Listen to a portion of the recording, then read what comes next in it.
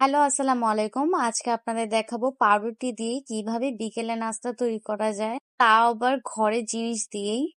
তার জন্য প্রথমে আমি পাউরুটির চারপাশে কালো অংশগুলো কেটে নিলাম এবং ছোট ছোট টুকরো করে বাটিতে তুলে নিলাম। 2 পিস সসেস নিয়ে নিলাম এবং ছোট ছোট করে কেটে নিলাম এবং চিজকেও আমি গ্রেট করে নিলাম। চুলায় একটা ফ্রাই প্যান বসিয়ে দিলাম এবং বাটার দিয়ে দিলাম।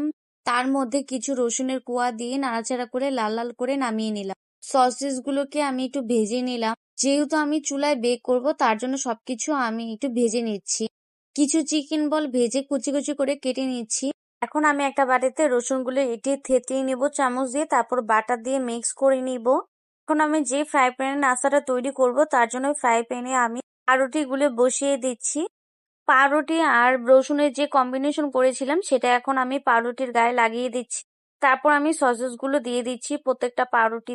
চিকেন বলও দিয়ে দিলাম। এখন আমি চিজগুলো উপর দিয়ে ছড়িয়ে দিচ্ছি পাউরুটিতে।